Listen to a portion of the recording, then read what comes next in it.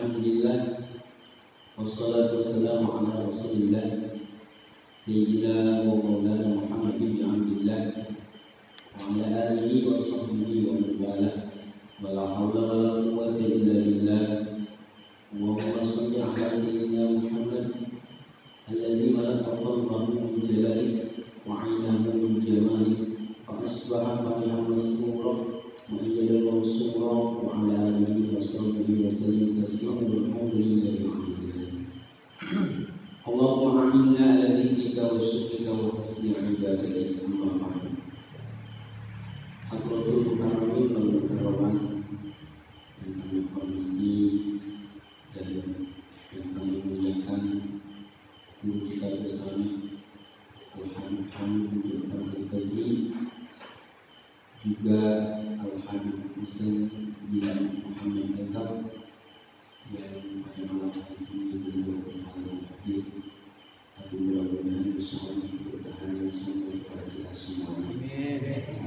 Kita doakan mudah-mudahan guru kita senantiasa Allah sehatkan badannya, Allah panjangkan umurnya, Allah permudah segala urusannya, dan senantiasa berada dalam lindungan Allah Subhanahu wa Ta'ala.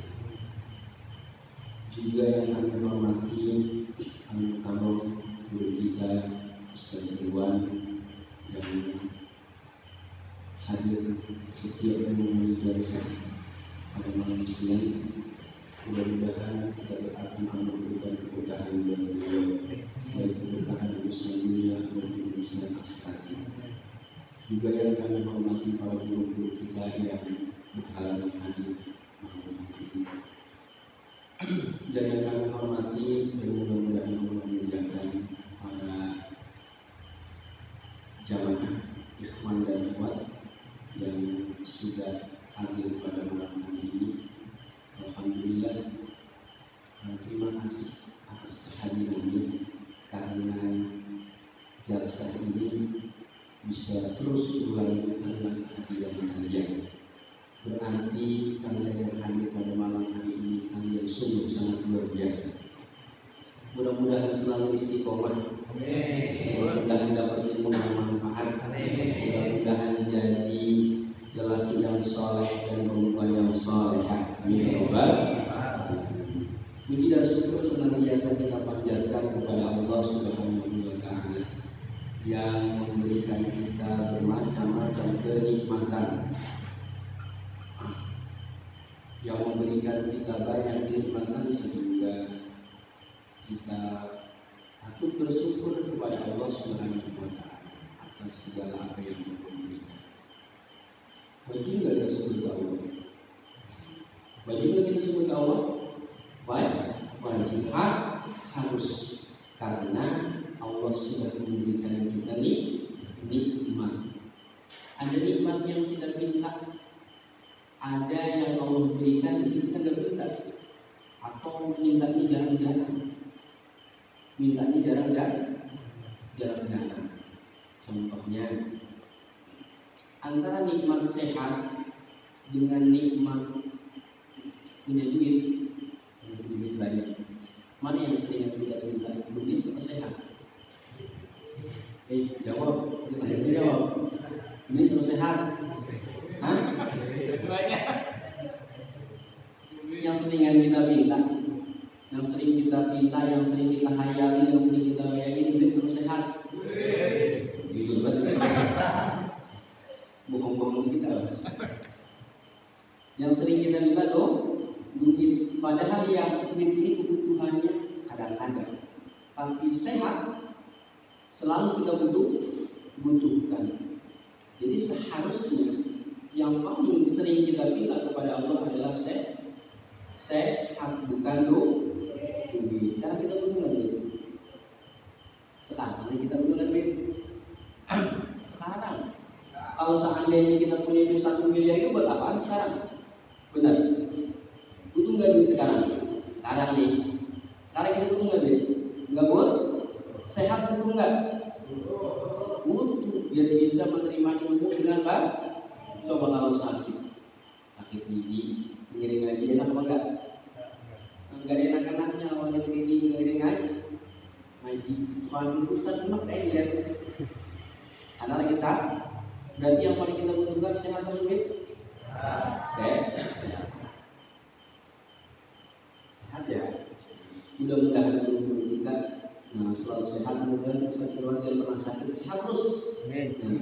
Biar selalu ada jalsa setiap malam Senin. Dia kita patok dia. Jadi semuanya. Selawat dan salam semoga selalu Allah Ta'ala limpahkan kepada qudwah hasanah kita dan junjungan kita yaitu Muhammad sallallahu alaihi wasallam. Mudah-mudahan kita semuanya senantiasa mendapatkan syafaat dari beliau di yaumil kiamat nanti. Kiamat nanti kita mendapatkan pembelaan dari beliau. Dan mudah-mudahan pembacaan selawat kita tadi dapat Allah sampaikan kepada baginda Rasulullah SAW agar beliau tahu bahwa dari sepanjang ini ada umat-umatnya yang menginginkan perkenalan dengan beliau, yang menginginkan dikenal oleh beliau. Maka dengan selawat kita mudah-mudahan kita dikenal oleh kekasihnya Allah baginda Muhammad sallallahu alaihi wasallam. Jamaah yang dirahmati Allah Subhanahu wa taala, di sini saya akan membacakan kitab Risalatul Mu'awana karangan Al-Habib Abdullah bin Alwi Al-Hadid. Mudah-mudahan kita dapat keberkahan dari beliau dari pengarang kitab. Ini saya baca, kalau misalnya ada yang salah-salah mohon diberi. Karena ini kita nggak garisnya, jadi resikonya nggak ada barisnya ya salah. Kalau ada barisnya nggak ada resiko buat salah. Ada baris, ada barisnya. Kalau nggak ada barisnya, ada resiko buat salah. Ada kemungkinan buat salah karena nggak ada baris, nggak ada barisnya. Jangan sangka ini pengen bisa baca kitabnya nggak ada barisnya begini butuh waktu yang lama, butuh ilmu yang beberapa jenis ilmu. Nggak bisa tinggal satu jenis ilmu kemudian kita bisa baca kitab yang tanpa hakikat ilmu. Maka dengan beberapa jenis ilmu barulah kita bisa membaca, memahami, mengartikan kitab-kitab yang ada barisnya. Jadi kalau nggak ada barisnya, kalau salah wajib aja. Ada barisnya salah, nggak wajar. Ada barisnya salah nggak wajar. Bismillahirrahmanirrahim. Qala al-mu'allif rahimahullahu ta'ala wa nafa'ana bi ulumil dini wal dunya wal akhirah.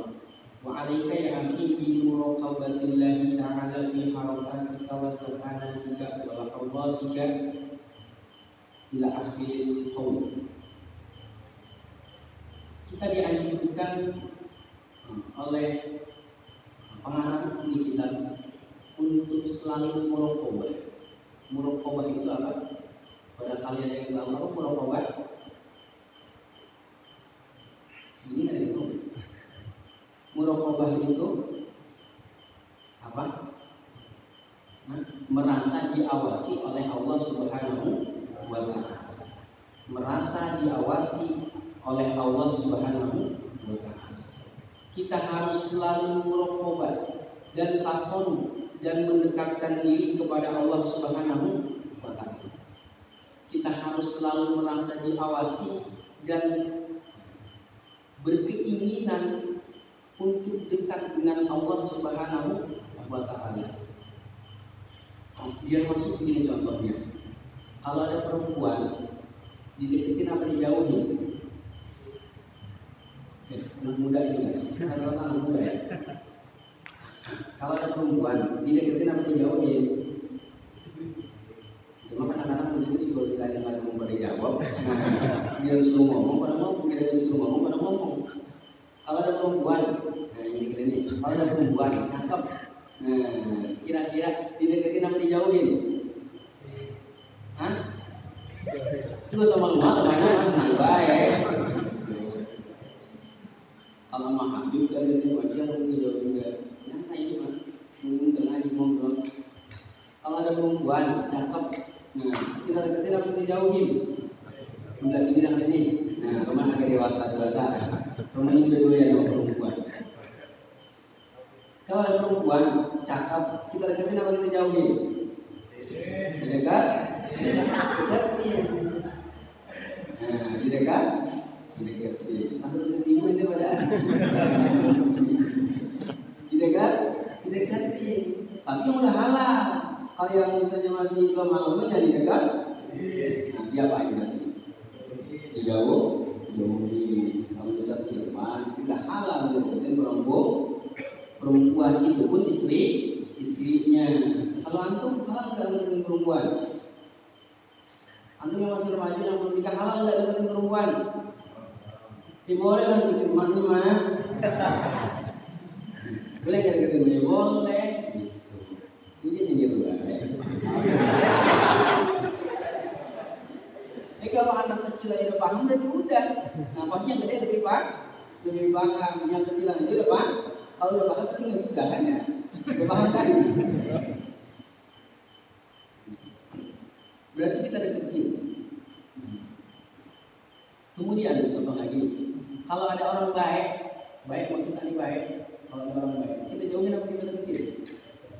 Kita dekat. Kenapa kita deketin? Karena dia baik. Gitu. Apalagi Allah Subhanahu wa Ta'ala yang kebaikannya enggak ada hitungannya, enggak ada bandingannya. Nah, tanpa perlu kita minta Allah sudah baik, kebaikannya sudah kita rasakan.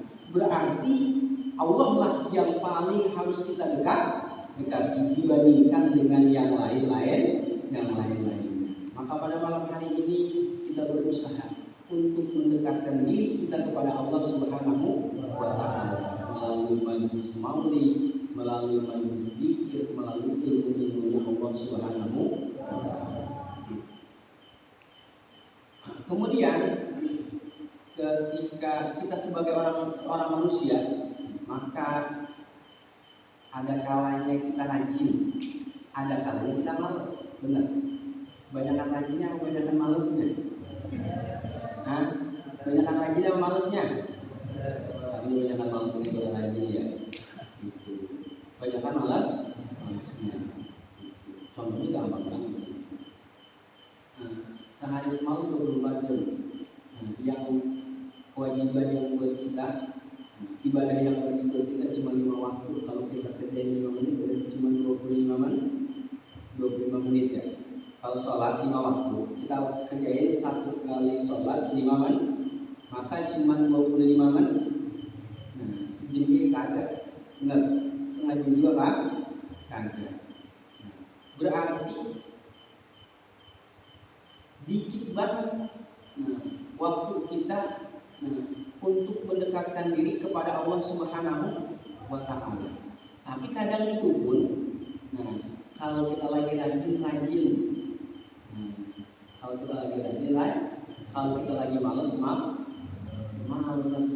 gitu. Ngaku beda dengan males itu daripada rajin. Sholat itu dipaksain bener. Enggak maksain enggak sholat. Subuh juga bangun dulu kuprak baru bang. Nah kalau di sini kuprak agak bang. Kadang-kadang sering subuh ke siang. Hari ini tempat jauh tuh. Pasti dia berlaku gitu. Subuh ke siang. Jangan ke repotnya urusan. Terusnya asar di perjalanan, wajib kali ya. Maghrib capek, habis kulit. Bisa tidur dan tempat sembahyang.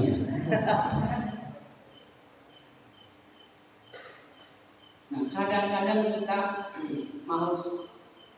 Nah, maka ketika kita malas, ada caranya supaya kita jadi rajin lagi. Kalau kita lagi malas, ada caranya supaya kita jadi rajin. Wa man tarahaita min nafsi takasulan an ta'atihi aw mailan ila maksiati. Ketika kau lihat dirimu malas taat ke Allah Subhanahu wa Ta'ala dan condong kepada maksiat atau perbuatan dosa durhaka kepada Allah Subhanahu wa Ta'ala. Jadi malas ibadah, maunya berbuat dosa, maunya maksiat, maka ada caranya. Mana caranya? Kalau nggak salah ada dua cara. Maka ada caranya. Yang pertama, fadzakirha bi annallaha yasma'u wa yara wa ya'lamu sirrak wa najwa. Yang pertama, kita harus mengingatkan diri kita. Caranya nih, ketika kita malas berbuat taat kepada Allah dan condong kepada maksiat. Yang pertama caranya supaya menghilangkan rasa malas tersebut, yang pertama adalah ingatkan diri kita bahwa sesungguhnya Allah Subhanahu wa taala melihat kita, memperhatikan kita dan mendengar kita. Mengetahui apa yang kita lakukan, mengetahui apa yang kita sembunyikan. Kita ingatin diri kita tentang itu, bahwa Allah memperhatikan kita. Contohnya, kalau misalnya sekarang kan ada banyak apa namanya CCTV. Nah, kalau kita dipantau sama CCTV, kalau kita mau ngambil apa-apa, berani nggak? Nggak berani. Kenapa? Karena kita dipantau sama CCTV aja kita takut. Nah, masa Allah kita nggak tahu. CCTV kalau seandainya di kantor, misalnya gimana, paling cuma kita dikasih sanksi atau yang lain-lainnya. Tapi kalau seandainya nama Allah Subhanahu wa taala, ketika kita melakukan durhaka kepada Allah Subhanahu wa taala, maka yang Allah akan lakukan adalah menyiksa orang yang melakukan perbuatan durhaka kepada Allah Subhanahu wa taala. Itu langkah yang pertama. Kemudian, kalau ini nggak ada pengaruhnya, dia ingat, harus sadar diri dia bahwa Allah memperhatikan dia. Baik, sama ngaji malas, sama sholat malas, resepnya nongkrong misalnya, resepnya mainin HP, resepnya main permainan di dalam HP, apa itu ML, Mobile Legends, resepnya main individuan. Sadar, dia tahu bahwa Allah memperhatikan dia, tapi nggak pengaruh, nggak ada ngaruhnya, tetap aja malas juga. Kita sadar kan ya bahwa Allah memperhatikan kita, Allah tahu apa yang kita lakukan, tapi malas, tetap aja malas ibadah kepada Allah Subhanahu wa taala. Kenapa? Karena sedikitnya pengenalan kita kepada Allah Subhanahu wa taala. Maka ada langkah yang kedua. Fadkur laha makanan malakaini al-karimaini alladaini yaktubani al-hasanati was-sayyi'at. Maka langkah yang kedua, cara yang kedua, kalau cara yang pertama sudah nggak mampu, cara yang kedua adalah engkau ingatkan dirimu bahwa ada dua malaikat, yaitu malaikat yang sebelah kanan dan sebelah kiri, yang mencatatkan kebaikan dan keburukan. Siapa namanya? Malaikat siapa namanya? Malaikat Roki dan Di sini ada malaikat. Oke, di sini ada malaikat. Ini ada malaikat nih. Nah, di samping kedua, nggak lihat tadinya. Nggak lihat. Allah baru lihat.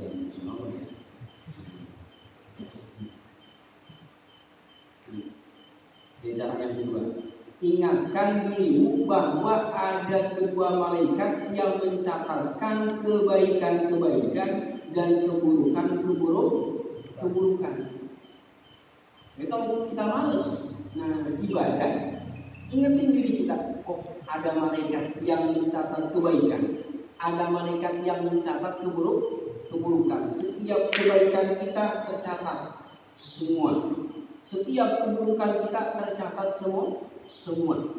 Kalau kita lagi sholat, ada catatannya. Kita lagi nongkrong, ada catatannya. Kita lagi WA-WA-an, ada catatannya. Kita lagi main permainan, ada catatan semuanya ada catatannya. Ingatkan diri kita, wahai diri, ada kedua malaikat loh, yang mencatat kebaikanmu dan mencatat keburukanmu. Maka janganlah engkau lakukan perbuatan keburukan. maka hendaklah engkau lakukan perbuatan kebaikan.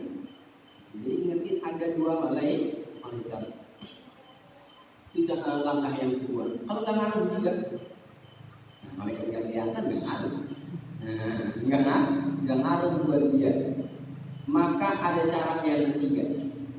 Cara yang ketiga, fadzkurlaha qurbal maut. Maka ingatkanlah dirimu tentang dekatnya kematian. Kalau kita malas ngaji, ingat gimana kalau kita mati.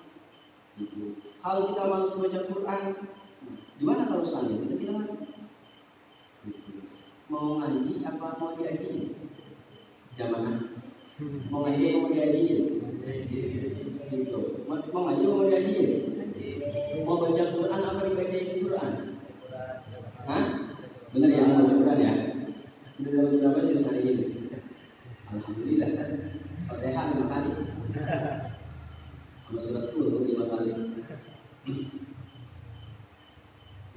Pastinya, yang ketiga ini adalah ingatkan dirimu tentang dekatnya kematian. Jadi kalau kita malas sembahyang, malas ngaji, waduh, gimana kalau seandainya kita mati saat ini? Gimana kalau seandainya kita mati? Nah, dalam keadaan lalai, lengah kepada Allah Subhanahu wa Ta'ala. Wa innahu aqrabul ghaib. Yang tadi, sesungguhnya kematian itu adalah paling dekat-dekatnya perkara gaib, sesuatu yang gaib yang kita tunggu, yang akan kita jumpai. Jadi sesuatu yang gaib yang paling dekat dengan kita adalah kematian. Kematian ini kan kita sudah tahu, tidak memandang. Nah, tidak memandang yang tua dan yang muda. Benar. Yang tua bisa mati bisa lah. Yang muda juga bisa mati. Contohnya buah paya. Tahu kan buah paya ya? Tahu lah, buah paya kan. Buah apa? Kalau udah matang diambil nggak? Diambil. Kalau emak-emak punya yang asem, ambil yang tua apa yang muda? Yang tua apa yang muda? Yang muda nggak mungkin punya yang asem yang udah matang, benar? Bukan sayur asem lagi. Sayur paya. Maka, kematian ini tidak memandang usia, tidak memandang bagaimana seseorang sedang berbuat apa. Kita lagi ibadah bisa kita mati. Kita lagi tidak ibadah, lagi lalai kepada Allah Subhanahu wa Ta'ala, itu pun bisa kita mati. Jadi makanya ketika kita malas taat kepada Allah, condong kepada maksiat kepada Allah Subhanahu wa Ta'ala, ingatkan diri kita bahwasannya kematian ini adalah perkara yang paling dekat. Ingatkan diri kita. Bagaimana kalau seandainya kita mati? Dalam kondisi tidak sedang taat dan tidak sedang ibadah kepada Allah Subhanahu wa Ta'ala. Harus juga. Biasanya kalau misalnya ingat mati, ya.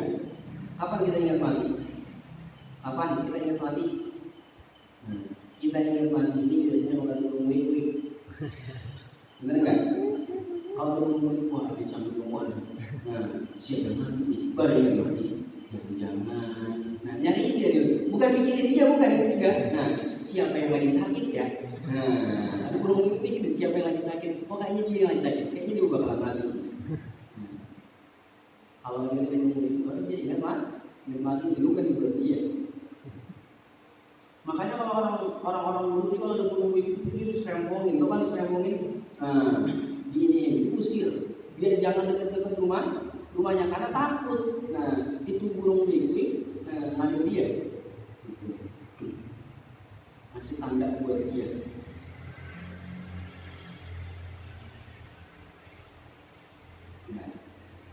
Cara yang berapa? Berarti 3. Cara yang keempat. Kalau misalnya yang keempat ini ingat kematian nggak ngaruh juga, yang mati mungkin mengenalkan maksiat masih jalan, nggak ngaruh. Maka cara yang keempat yaitu fadlullaha ma wa'adallahu bihi man ata'ahu minat tawadil azimi wa man tawa'ada bihi man asabu minal azabil alim. Ingatkan diri kita yaitu segala sesuatu perbuatan taat patuh kepada Allah Subhanahu wa taala itu Allah berikan pahala yang besar. Dan segala perbuatan maksiat itu Allah siksa dengan siksaan yang pedih. Ingatkan diri kita bahwa setiap perbuatan baik taat kepada Allah Subhanahu wa taala itu ada pahala yang besar. Segala perbuatan maksiat itu ada dosa yang sangat pedih. Akan ada siksa yang sangat pedih dari Allah Subhanahu wa taala. Ingat itu, kalau seandainya kita malas ibadah kepada Allah Subhanahu wa taala, malas ngaji, kalau lagi malas ngaji, ingat itu ngajinya ada pahalanya. Enggak ngaji kita dosa, maka enggak ngaji ini akan disiksa oleh Allah Subhanahu wa taala. Kalau lagi malas sholat, ingatin bahwa sholat ini ada pahala yang besar dari Allah. Ketika misalnya kita enggak sholat, maka ada siksa dari Allah yang sangat pedih. Ingatin di situ.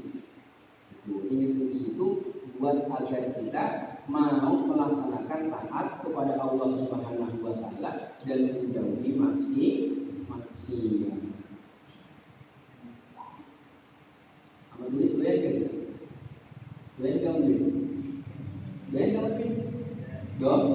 Bayar. Bukan duit tapi nilai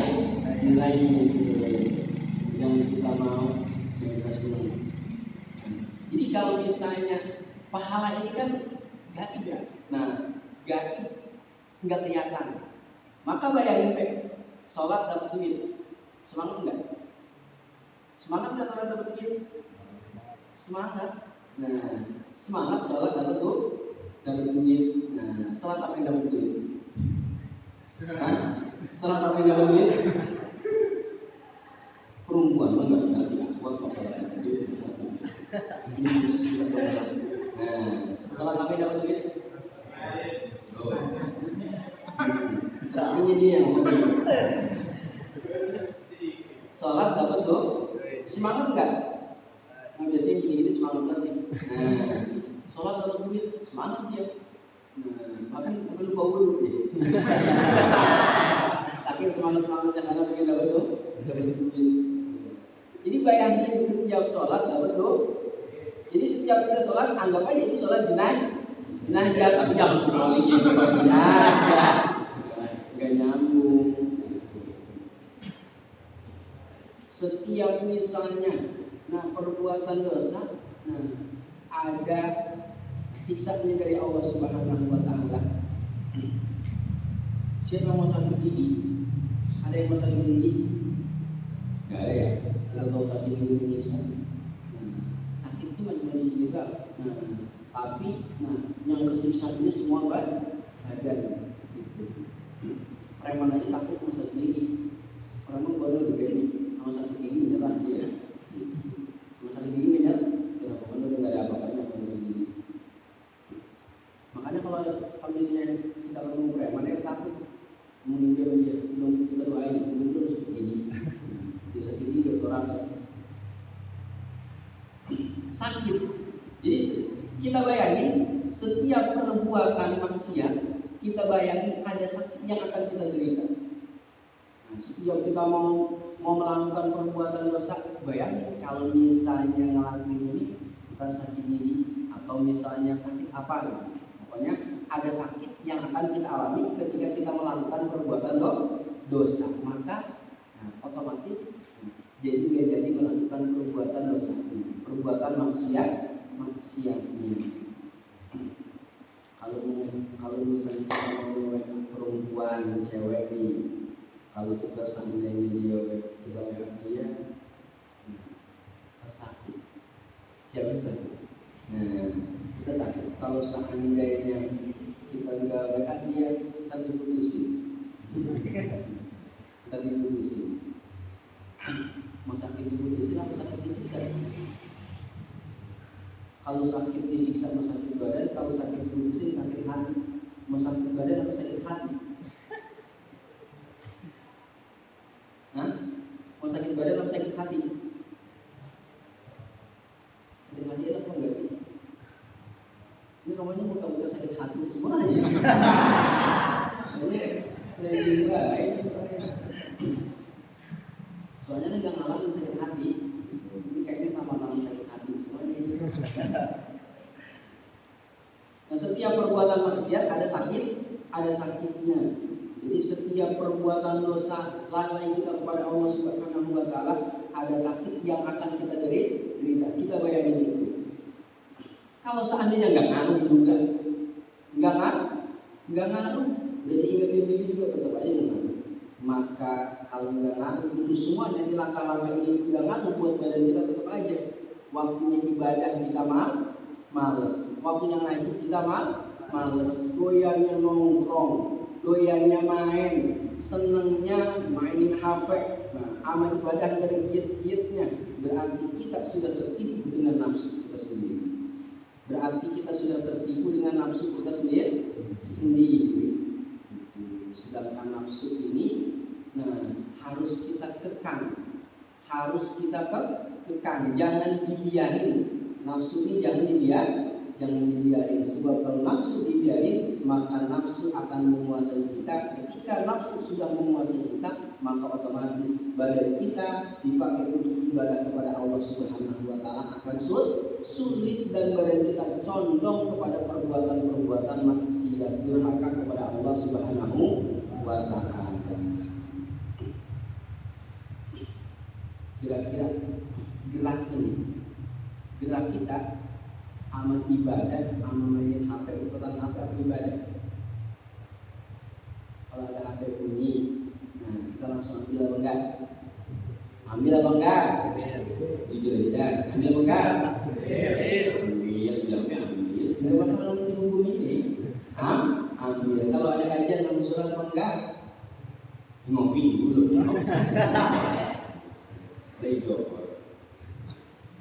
Langsung sholat apa enggak? Enggak. Kalau misalnya ada HP bunyi langsung kita ambil.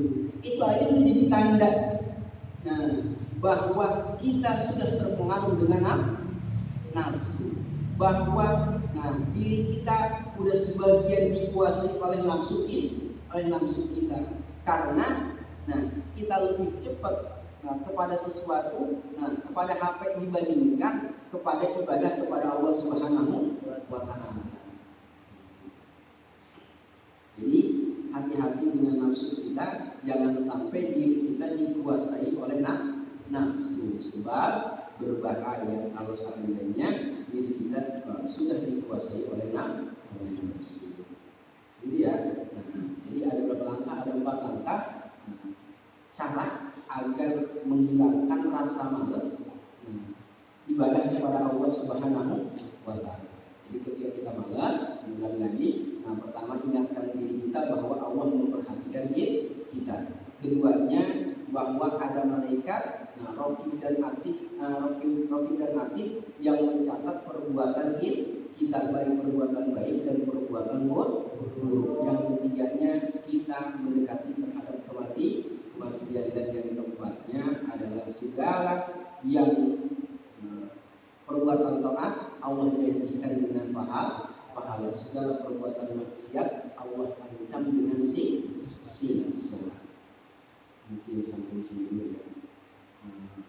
Apa yang saya sampaikan mudah-mudahan bermanfaat, khususnya buat diri saya pribadi dan para jemaah sekalian. Dipahamkan ya? Insyaallah paham. Apabila ada yang benar dari Allah Subhanahu wa taala dan apabila ada yang salah itu semata-mata karena kebodohan saya sendiri. Apabila ada kata-kata yang kurang berkenan atau yang salah, saya mohon maaf masing-masing. Kurang lebihnya bila kita hidayah. Assalamualaikum warahmatullahi wabarakatuh.